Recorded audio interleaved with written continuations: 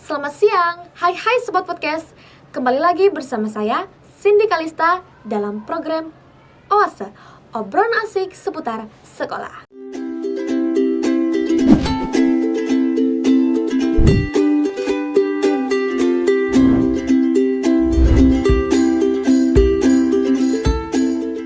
Di edisi perdana podcast Oase tahun ajaran baru 2024-2025, kita kedatangan narasumber yang hebat dan luar biasa. Siapa beliau? Beliau adalah Bapak Muhammad Rusli SPD, Kepala Dinas Pendidikan dan Kebudayaan Cabang Wilayah 3 Kabupaten Kutai Kartanegara. Saya kan sebagai salah satu siswa di Semarajaku yang merasa belajar sungguh melelahkan, Pak, karena banyak waktu belajar di sekolah hingga sore hari. Nah, terkadang mengantuk juga, Pak, karena itu menyita jam tidur siang kan. Nah, menurut Bapak, dari durasi belajar yang panjang ini, apakah akan membuat anak-anak cerdas dan bahagia, Pak? Baik, terima kasih.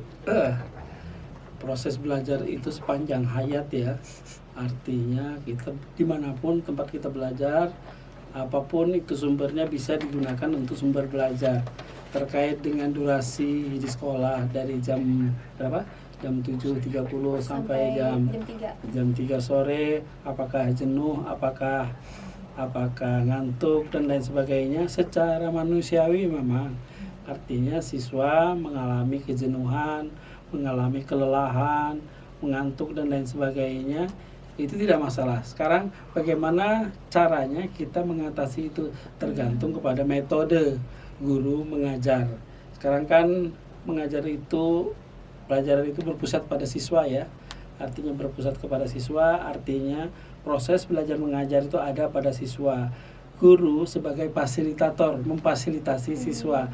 Jadi bukan mesti harus duduk, diam, lipat tangan di atas meja, memandangi gurunya bercerita dan menjelaskan mata pelajarannya. Bukan begitu, tetapi mungkin ada konteks-konteks lain yang relevan, artinya substansi pembelajaran yang lainnya yang relevan sehingga siswa itu menjadi senang, menjadi gembira, membuat suasana menjadi lebih baik, lebih nyaman dan hilang rasa kejenuhan itu. Saya kira tinggal bagaimana teman-teman guru di SMA Negeri 1 Muara Jawa memilih metode yang tepat pada waktu yang tepat. Mungkin di siang hari jangan terlalu memberikan materi-materi yang berat, tetapi materi-materi ringan, diiringi dengan mungkin ada semacam apa ya, kalau di program-program sekolah itu ada kuisisi ya, artinya membuat kuisisi, artinya ada pertanyaan-pertanyaan tapi sifatnya permainan, game. Sehingga ya, siswa menjadi lebih semangat mengikutinya. Dan biasanya kalau menggunakan kuisisi di PMM mungkin ada itu. Nah, Bapak Ibu guru akan memberikan penyajikan pelajarannya sangat menyenangkan sehingga siswa menjadi ramai, sehingga tidak lagi terasa bahwa waktu itu berlalu begitu cepat ya, sehingga menyenangkan bagi siswa untuk betah-betah tinggal di sekolah. Apalagi setelah saya keliling di SMA Semarajaku ya, luar biasa indah dan teduh ya. Kasih, Pak. Ya, jadi ada juga produk-produk dari dual track, terus banyak inovasi yang dilakukan oleh Pak Kepala Sekolah Pak Wahyono.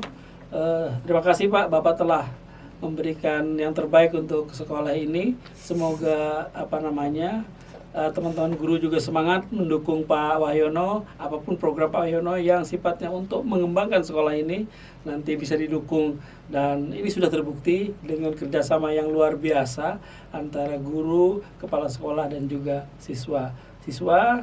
Pesan saya adalah siswa harus mengikuti aturan dan tata tertib yang ada di sekolah. Apa yang disampaikan oleh Bapak Ibu guru, taati sehingga ilmunya menjadi berkah.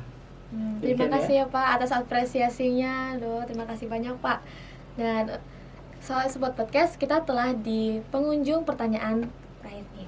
Nah, pertanyaan terakhir, apa saran dan masukan untuk kami selaku siswa yang terkadang kurang semangat dalam belajar, Pak? Dan apa masukan untuk sekolah kami yang dalam berproses menuju sekolah adiwiyata mandiri? Baik, tadi sudah banyak diceritakan oleh Pak Kepala Sekolah tentang program beliau tentang adiwiyata mandiri ya. Dan saya ucapkan selamat kepada Pak Wahyono dan tim untuk meraih predikat adiwiyata mandiri. Tentu program-program yang sudah dilaksanakan, yang sudah ada tentunya bisa berjalan dengan baik dan ditingkatkan ya. Dan mungkin ada inovasi-inovasi baru lagi yang dikembangkan oleh Pak Wahyono beserta teman-teman di sekolah ini, sehingga sekolah-sekolah ini bisa menjadi contoh paling tidak di lingkungannya atau di cabang dinas wilayah 3 ya, Kutai Kartanegara, sehingga saya akan mungkin membawa teman-teman kepala sekolah bisa melihat dari dekat bagaimana proses yang ada di